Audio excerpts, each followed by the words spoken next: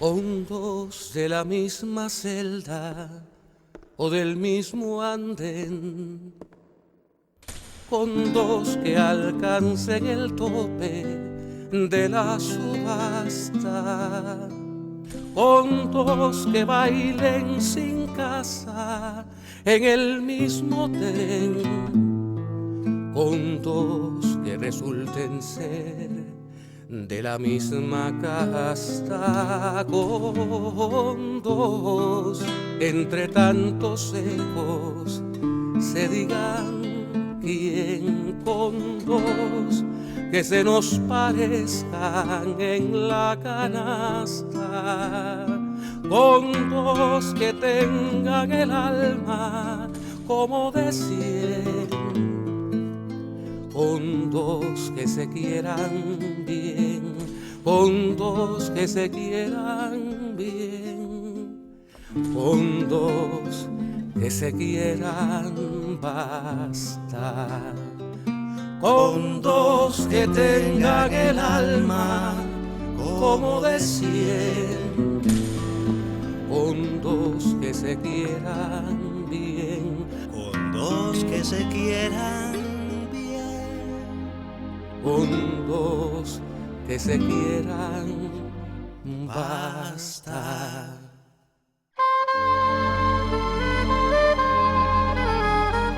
Muy buenas noches, estamos en Con Dos que se quieran, ahora aquí en Quinta Avenida y Calle 32, en los maravillosos estudios Abdala.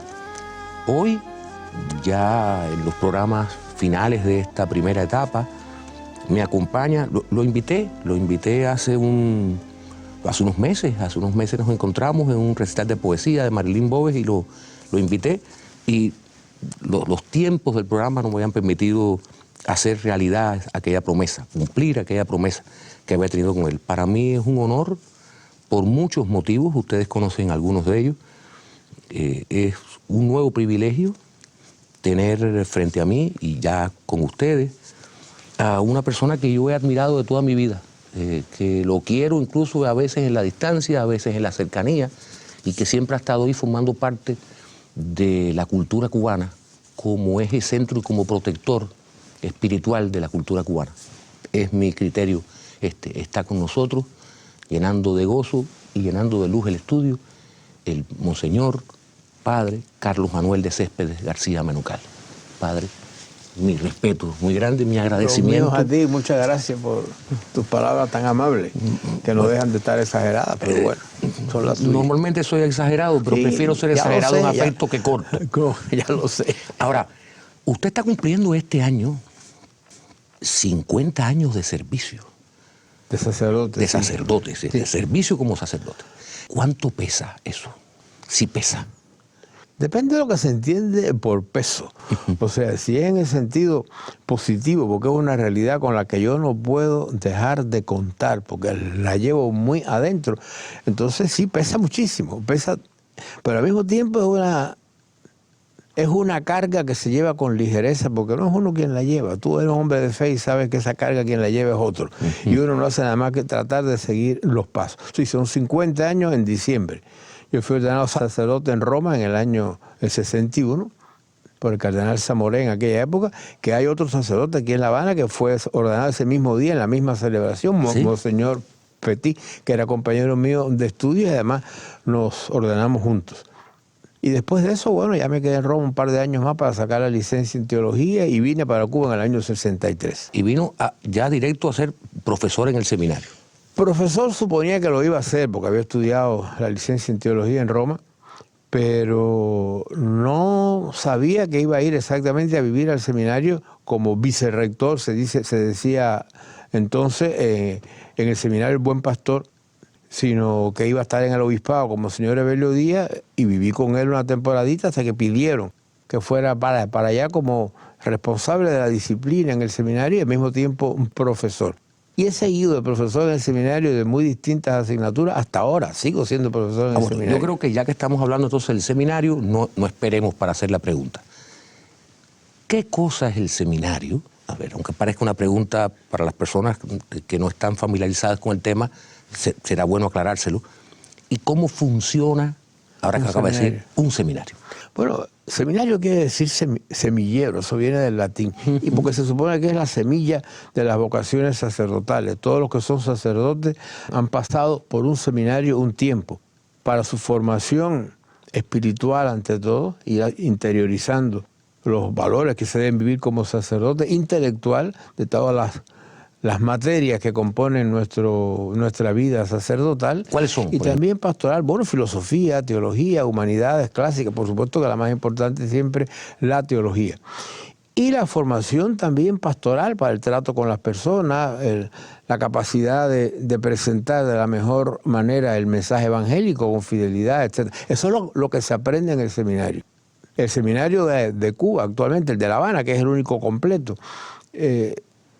comprende 2 ciclos. Un primer ciclo de 4 años de humanidades, filosofía, y un segundo ciclo de teología de otros 4 años. Son 8 años en los cuales el seminarista va creciendo, se supone espiritualmente, intelectualmente y también en capacidades para el trato humano.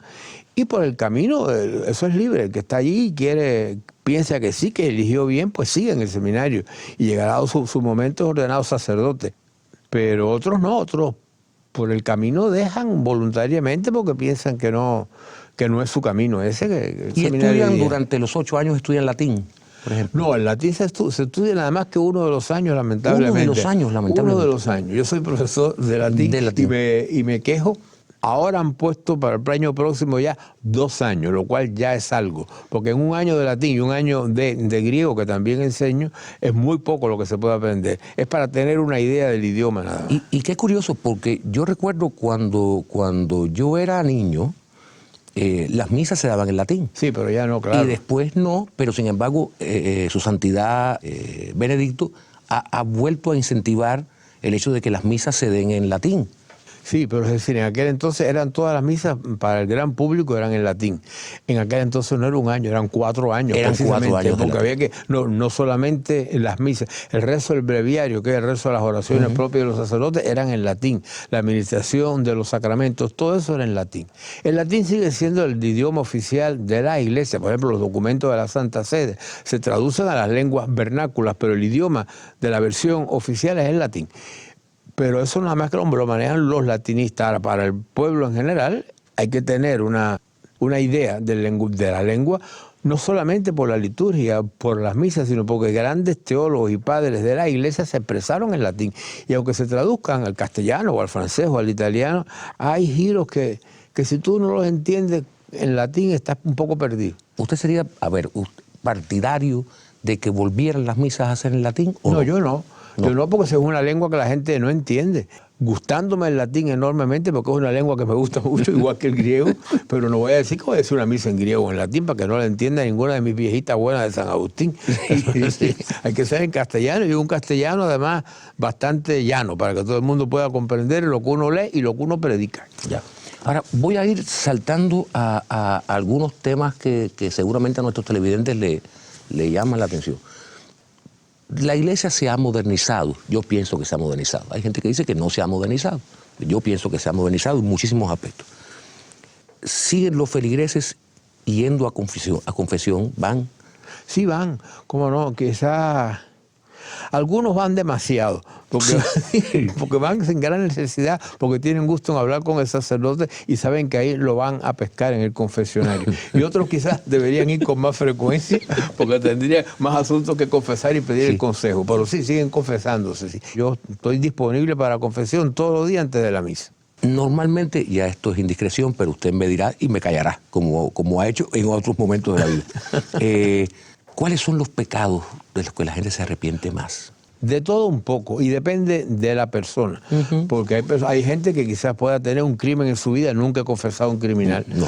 Y supongo que eso será algo que le pese sobre la conciencia. Pero esa feligresía habitual de las parroquias nuestras se arrepiente más, por ejemplo, de las faltas de caridad para con otra persona, de un ejercicio malo de la responsabilidad, sea en familia, sea en su trabajo, cosas de ese tipo. Ahora, yo quisiera caer en este momento, antes de caer en su vida personal, que ya iremos, hablar de la religiosidad. O sea, yo no me voy a liberar de la confesión con la característica que el confesor vas a hacer tú ahora. Yo creía. Usted me va a hacer ese favor. La religiosidad en el cubano, ¿cómo se manifiesta? ¿Cómo usted la percibe? Es muy curioso. El pueblo cubano, yo creo que es un pueblo muy religioso, pero muy minoritariamente católico, así en el estricto sentido de la palabra. O sea, el pueblo cubano en general tiene un sustrato católico antiguo con una formación religiosa más bien pobre en la mayoría. Y solo una minoría que han permanecido siempre fieles, que la familia quizás transmitió aquello, sí tienen un conocimiento de la fe y lo viven con mucha identidad. Entonces a eso se mezclan sobre todo las religiones de origen africano, y así surge el fenómeno de la santería, que está muy expandido en el pueblo, más que cuando yo era joven. No solo en las personas de origen africano, sino también en personas de origen europeo, blancos, que son también hoy día santeros, de un grado u otro, más o menos comprometidos. Y después está el espiritismo, están las religiones protestantes, el anglicanismo, y ahora últimamente este es un caso muy, muy curioso y nos revela esta especie de idiosincrasia del cubano frente a muchas cosas. Hay un grupo de musulmanes cubanos que va creciendo. Sí, realmente es raro, pero... Es raro, bueno, un grupo muy minoritario, claro. Pero, por ejemplo, yo conozco, padre, muchísimos católicos y que, sin embargo, han perdido el hábito de ir a misa todos los días. Bueno, es una falla, pero no por eso se pierde la identidad. No se pierde católica. La identidad. O sea, un católico puede ser muy católico en los contenidos de la fe y en su ética personal, y por razones cualesquiera no tener esa valoración de la misa de domingo. Sin embargo, hay otros que van casi todos los días y no solo el domingo, que es el día prescrito como obligatorio.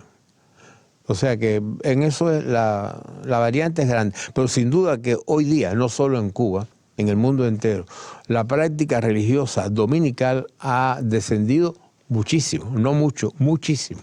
Usted, padre, estudió Derecho. ¿Por qué no ejerció?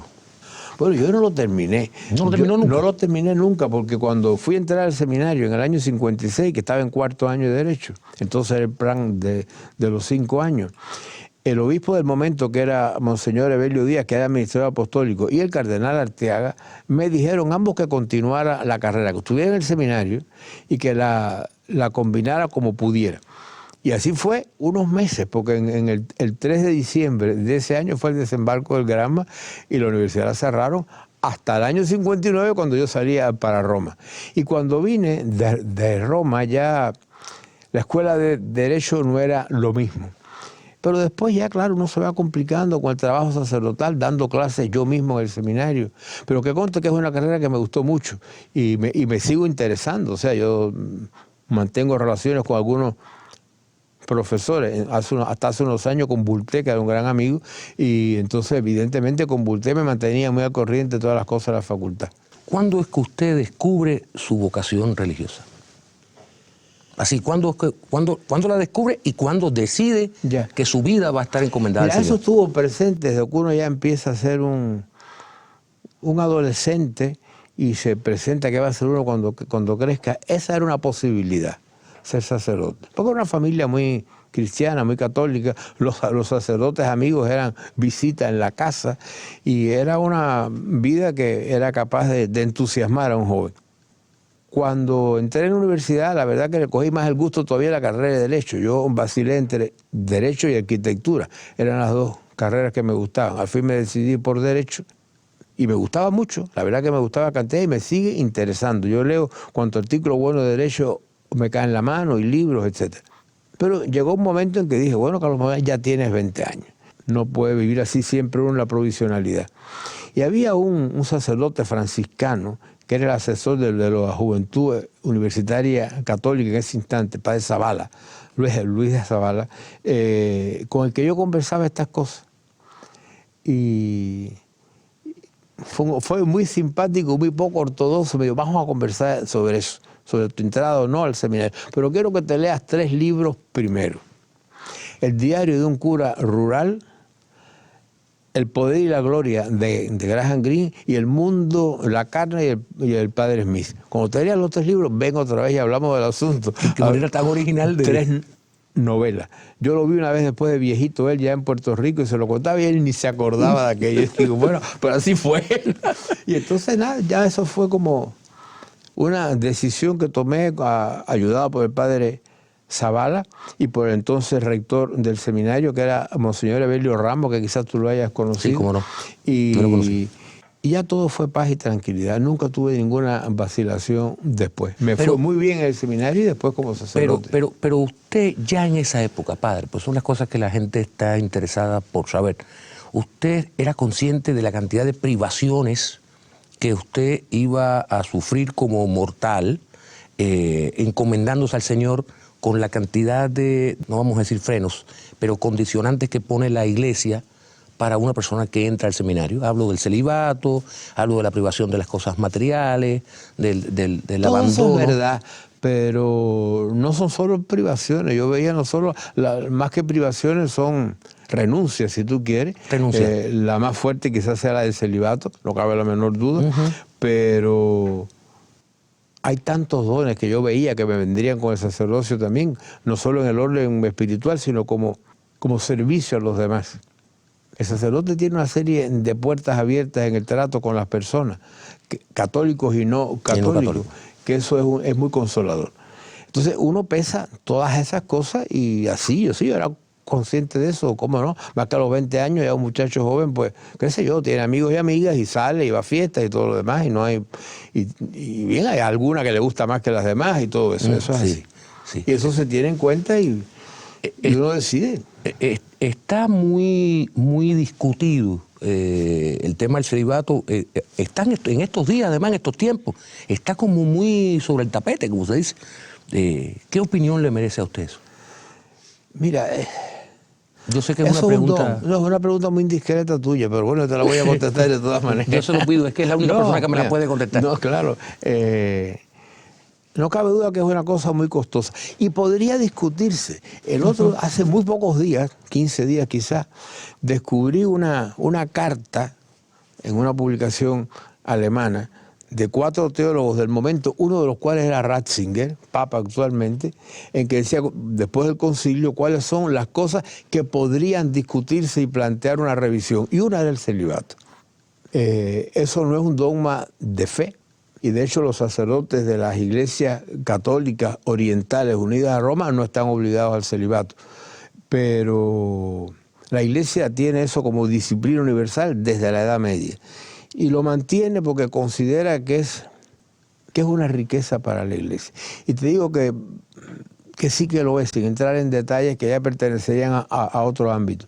Cuando uno vive su celibato con fidelidad, puede tener momentos fuertes, malos, o sea, digamos así, pero habitualmente uno vive una situación de disponibilidad interior frente a Dios y frente a las personas, que eso no se cambia por nada. Yo te aseguro que yo he sido sacerdote célibe sin que sea esto, y he sido muy feliz como sacerdote. Y ha sido un hombre feliz, se le ve. Lo soy. Lo ha tenido siempre en su mirada y en su bondad y en su generosidad. La verdad que lo he sido. No quiere decir que no haya tenido dificultades, que no haya tenido situaciones duras, pero en general sí, he sido un sacerdote muy feliz. Sí, pero claro, no ha llegado el silicio ni la autoflagelación. No, hasta ahí no llegué. Padre, a ver, yo quiero... Fíjese que le hice algunas preguntas de las que yo pensé, digo, el padre me mata, me va a matar.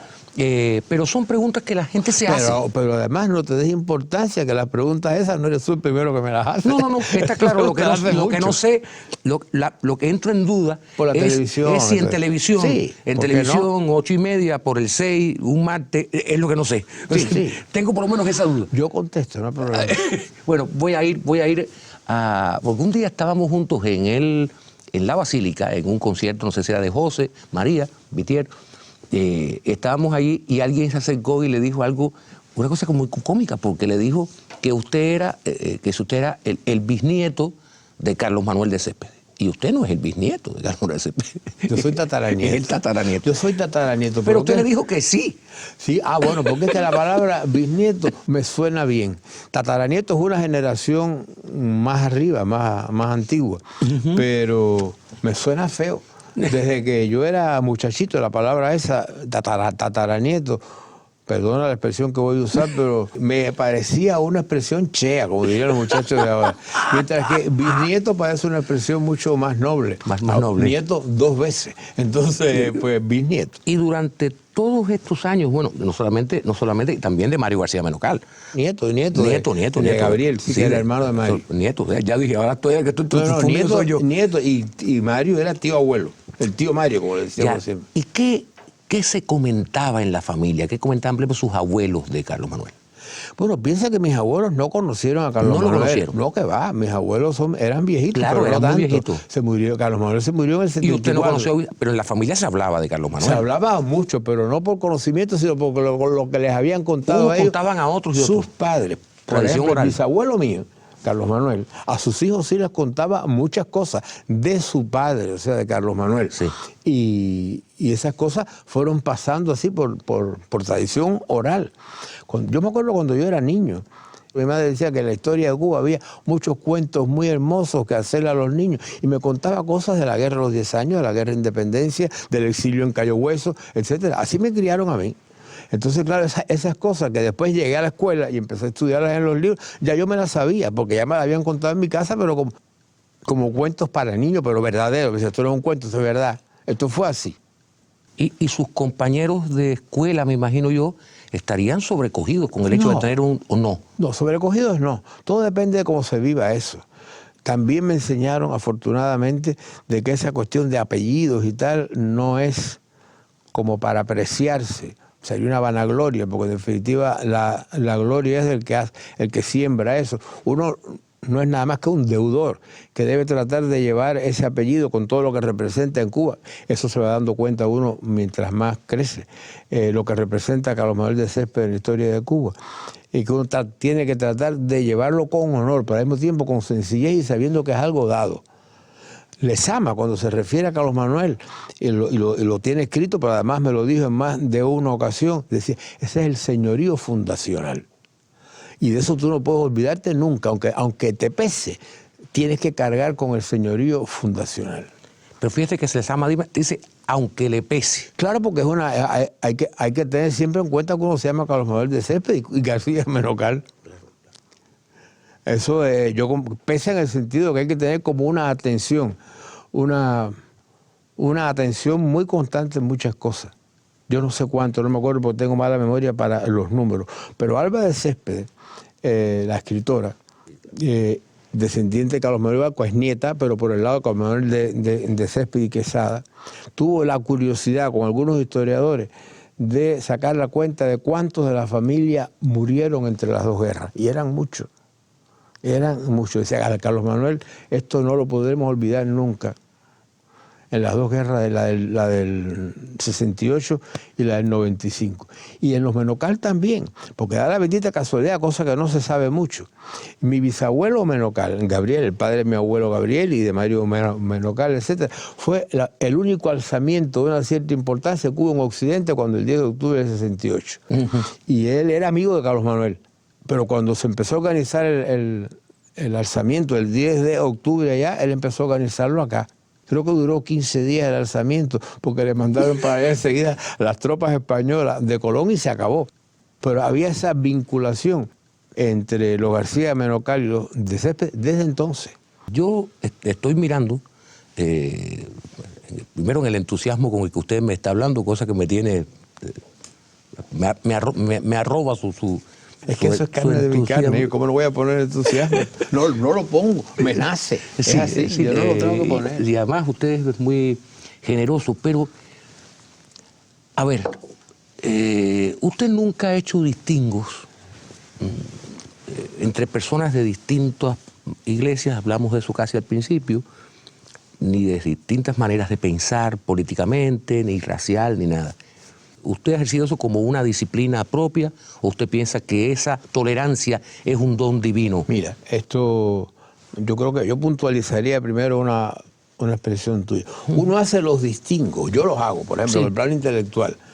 Cuando yo me preparaba para venir a Cuba, ya como sacerdote, sabiendo la orientación, vamos a decir, ideológica, teórica de la revolución, yo me eché con los contenidos teóricos, porque hay que hacer distingos en ese plano, qué cosa es cada cosa. Pero eso con respecto a los contenidos intelectuales, pero no con respecto a las personas. Yo tenía amigos marxistas desde que yo estaba en la universidad, compañeros míos de universidad que lo eran en aquella época. Y eso en mí no fue fruto de una disciplina. Algo que me nació ser siempre así. Eso de verdad, espontáneamente, no me ha costado nada. Eso ha sido así tal cual. Los amigos míos marxistas los he querido igual que si fueran católicos de comunión diaria. Y los protestantes y todo lo demás igual. Yo creo que por eso también a usted se le quiere tanto y se le respeta tanto en el ambiente intelectual cubano. Bueno, usted es un intelectual. Yo no sé si será verdad lo que te voy a contar ahora, pero me lo contaron a mí cuando entré en la Academia de la Lengua. Una de las normas de la Academia, no en Cuba, en todas las academias, es que no se puede tratar en el seno de la Academia ni términos religiosos ni políticos. No se puede tocar el tema. Y parece que cuando hubo alguien, porque eso normalmente cuando se va a elegir un miembro nuevo hay 3 que lo proponen. Y cuando me propusieron a mí, hubo alguien que dijo, Carlos Manuel de Céspedes es muy buena gente, pero no nos vaya a meter el tema religioso aquí, porque acuérdense que él es sacerdote. Y ahí estaba entonces, de director de la academia, estaba Lisandro Otero, que era amigo mío desde muy joven. Y Lisandro dijo, mira, si Carlos Manuel acepta ser miembro de la academia y sabe que una de las condiciones esas, el último que va a tocar ese tema aquí va a ser él. Y si alguien se lo toca, va a decir, cuando salgamos de la reunión, yo hablo contigo todo lo que tú quieras. Y después me enteré que, después fue que me hicieron el cuento después de los meses de estar allí dentro. ¿Y por qué dice que no tiene la certeza de que es cierto? No, yo sí la tengo, sí, pero bueno, yo no estaba allí. Claro. Yo no estaba allí, o sea, eso me lo contaron porque yo no era miembro todavía. Bueno, cuando terminemos el programa, antes que yo me vaya, usted me dice, no en televisión, ¿quién fue la persona que dice? No, yo no lo sé. ¿No lo sabe? No, eso no lo sé. A lo mejor está muerto. Sí. Después se mueren unos cuantos. Bicho malo nunca muere. Cuando usted se gradúa en la Pontificia Universidad Gregoriana de Roma, usted llega a Cuba en el 63, digo, si estoy sí, exacto. Yo terminé la licencia en teología en julio y llegué aquí en agosto. Ok. Cuando usted llega, ¿qué panorama se encuentra? El panorama que había en Cuba. ¿Qué panorama se encuentra en Cuba? La iglesia estaba empezando a tener problemas con el Estado. Sí, no, en el 63 no lo estaba empezando a tener, ya los había tenido. Muy fuerte desde el 61. Pero en el 63 todavía estaban claro, fuertes. O sea, ¿cuál fue su posición ante eso? Ante ese... ¿Y cuál fue el conflicto, además? Si lo pudiéramos explicar. Primero, mi posición, que fue lo primero que dijiste. Cuando yo venía para Cuba en el avión, yo entré por México. Yo fui primero a Estados Unidos a ver a la familia mía, que ya se había ido. Yo no tenía familia en Cuba cuando yo vine para acá. Llegó un momento en que la azafata del avión era por la noche. Dijo, esas lucecitas que estamos viendo de abajo, ya eso es Cuba, eso es Pinar del Río. Y yo tuve así como una emoción especial. Y le di gracias a Dios por estar regresando a Cuba, que era mi ilusión.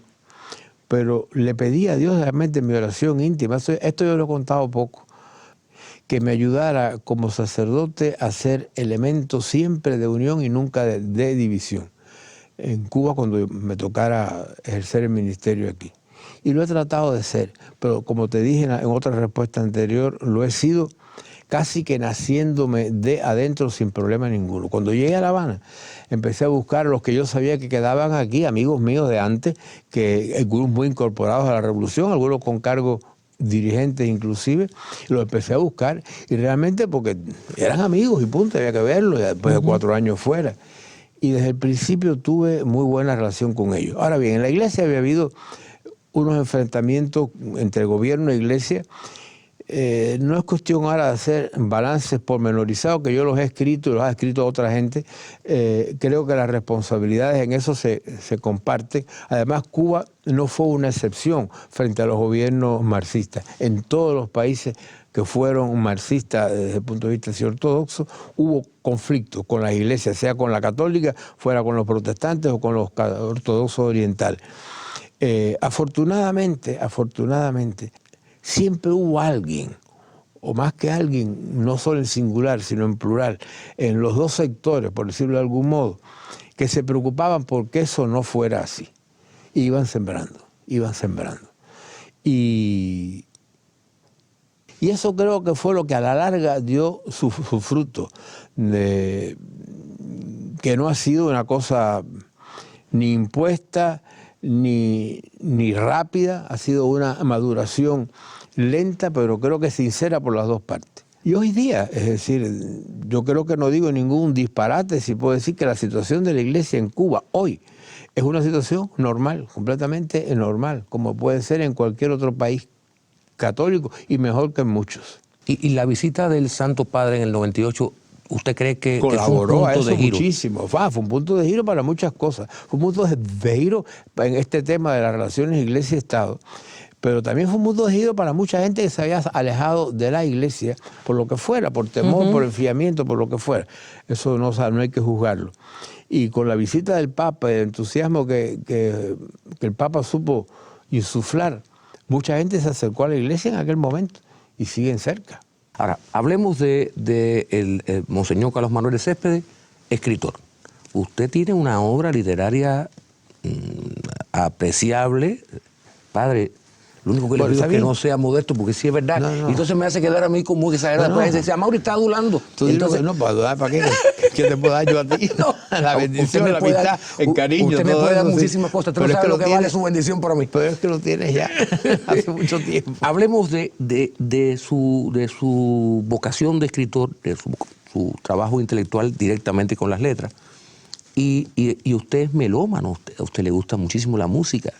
Y en algún momento, yo me acuerdo que yo era muy joven y andaba por ahí por los predios de Eusebio, bueno, de lo que iba a ser La Habana de Eusebio, como le llaman mucha gente. Sí. Y a mí me gustan mucho las obras de Broadway. Y me dijeron, el padre Carlos Manuel Céspedes se las sabe todas. No, yo no las sé tanto. No es cierto. No, eso no es cierto. Puede ser que si nos trasladamos a Nueva York son las obras de Metropolitan las que yo me sé, la de Broadway. Yo no soy tan amigo de los musicals americanos, pero de la ópera sí. Pues viene la gente crea rumores. Con respecto a las cosas, me decían, sí, le gustan mucho las obras de Broadway. No, yo no era muy fanático de eso. Me gustan algunas obras, me gustan por supuesto, pero no entra en lo mío. Lo mío sí, la música me gusta mucho desde que era niño. La ópera, la zarzuela, los conciertos de la sinfónica. Muy chiquito yo iba a esas cosas y me sigue gustando mucho. Además tengo el vicio, que no sé si es bueno o malo. No, si fuera vicio, no es vicio. No es vicio, pero si fuera vicio sería malo. Es una condición de estudiar con música desde siempre. O sea, yo estudio, trabajo, escribo todo con música al lado. Pero, ¿y no lo distrae? Porque a mí, por ejemplo, me distrae. No, por ejemplo, como el señor Jaime, que es un gran amante de la música, siempre dice eso. ¿Cómo tú puedes? Porque yo me iría atrás de la música. Claro. No. Es lo que me pasa a mí. No, yo no. Yo necesito de esa para alimentarme. Cualquier cosa, aunque sea una cosa sencilla, como puede ser un artículo de palabra nueva, otra cosa más compleja, yo siempre, todo eso lo hago con música. A ver, padre, nos vamos acercando a la curva final de la entrevista. ¿Qué opinión le merece a usted la pretensión de llevar al padre Félix Varela a los altares? No, es decir, yo creo que el padre Varela fue un hombre santo, eso no me cabe la menor duda, independientemente de los procesos. La Iglesia no lo ha declarado y para declarar un hombre beato primero, santo después, hay una serie de requisitos. En el caso de la comisión que hizo todos esos estudios para la beatificación del padre Varela, yo estaba en la subcomisión teológica, que tenía que estudiar todos los escritos que se conservaran de Varela. Y ver, no si uno estaba de acuerdo con cuestiones de Varela en el pensamiento humano, filosófico, etcétera, sino si en materia religiosa había algo que se opusiera a la doctrina de la Iglesia. Y es impecable. Es impecable. En ese sentido, el padre Varela es impecable. Había otra comisión que se ocupaba de la vida. Y la vida de Varela fue ejemplar siempre. Más que ejemplar, casi heroicamente ejemplar. O sea que yo creo que las condiciones están, pero un proceso de beatificación y de canonización entran otras cosas. Porque entra la ejemplaridad. Se presenta un señor o a una señora que van a ser beatificados y canonizados y se supone que se presentan como modelos a imitar. Hay que conocer muy bien la época para entender bien algunas opciones de Varela. Por ejemplo, su participación en las Cortes. Hoy día eso no se permite, un sacerdote no puede ser miembro de ningún parlamento. Y entonces eso pues puede ser chocante, aunque se sepa que él fue al parlamento y se presentó a elecciones, porque el obispo fue quien se lo mandó, el obispo Espada. Pero bueno, está eso ahí. Por otro lado, era partidario de la independencia de Cuba y eso en aquella época, frente a España, era un problema, que era un país que tenía concordato con la Santa Sede, etcétera. No solamente por la independencia, sino si no había otros medios, apelar a la guerra. Hoy día no se aprueba que se apele a la guerra por cualquier cosa, tiene que ser defensiva. Entonces hay una serie de inconvenientes que yo creo que, no digo que imposibiliten totalmente, no hay que cejar en eso, hay que seguir insistiendo y presentando por acá y por allá, porque realmente el hombre era santo. Pero obstaculizan la marcha rápida de la beatificación de Varela. Mire el caso del hermano de San Juan de Dios, el hermano Olayo, el que se beatificó hace un par de años. Esa fue una causa de beatificación sin problema. Un hombre bueno, santazo, sencillo, pobre, humilde, hijo de la beneficencia, que consagra su vida a los enfermos. No había ningún obstáculo que poner. No escribió una letra. Yo me acuerdo una vez que yo fui a Roma a una de las gestiones, precisamente por la causa de Varela, y el postulador, que se llama el que se ocupa de echar adelante esa causa de beatificación y canonización, hablando de los escritos de Varela y todo, se me quedó así, mirando, tratando de que yo entendiera el porqué de muchas cosas. Dice, padre, ¿usted escribe? Digo, sí, no soy un gran escritor, pero escribo. ¿Por qué? Y dice, si usted quiere verse en los altares, no escriba ni una letra. A los escritores es muy difícil llegar a los altares porque le analizan hasta la última letra. Digo, no, pues no hay problema ninguno, y lo voy a ver en los altares. Pero no hay una simplificación también de la doctrina cuando se dice hay que reconocerle un milagro, 2 milagros. Eso puede cambiar, eso es disciplina eclesiástica, eso inclusive es más simple ahora que hace 100 años, pero bueno, eso es así. Yo quiero terminar la entrevista, se está conmemorando este año el 400 aniversario de nuestra Virgencita de la Caridad. Del encuentro de la imagen. Del encuentro de la imagen, por supuesto, del encuentro de la imagen. Y se está haciendo una peregrinación en este momento en que nuestro programa está al aire, sabe Dios por dónde ande. ¿Qué valor en la reunificación de los cubanos, donde quiera que estén, usted le otorga a esa imagen de la Virgen de la Caridad? Mira, la Virgen de la Caridad, por supuesto, para nosotros es ante todo la Virgen María, la Madre de Jesucristo.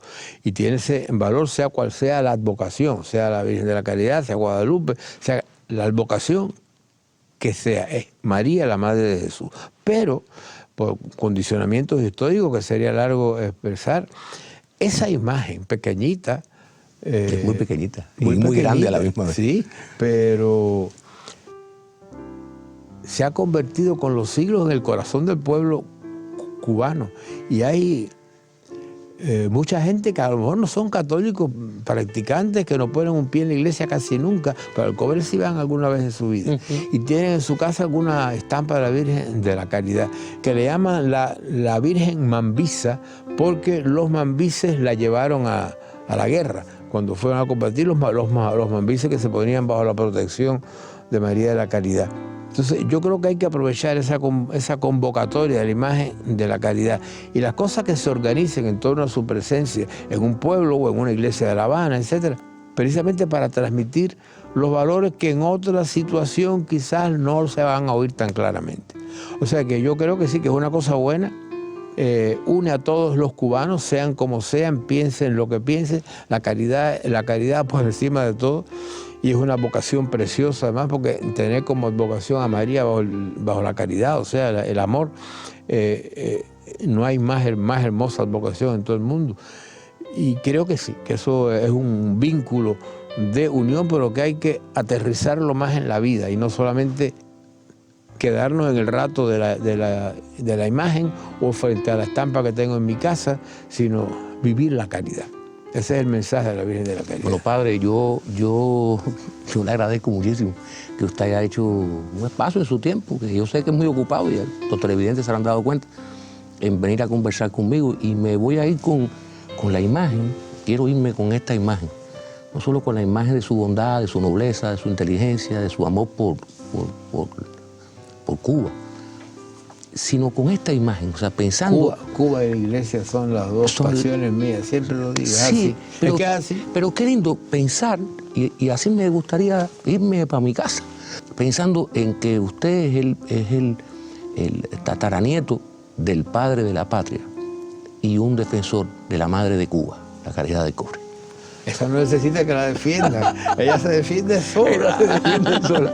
Padre querido, su bendición. Hondos de la misma celda o del mismo andén, condos que alcancen el tope de la subasta, condos que bailen sin casa en el mismo tren, condos que resulten ser de la misma casta, condos entre tantos ecos se digan quién, condos que se nos parezcan en la canasta, condos que tengan el alma como de cien, condos que se quieran bien, condos que se quieran bien, condos que se quieran bastar, condos que tengan el alma como de cien, condos que se quieran bien, condos que se quieran, condos que se quieran bastar.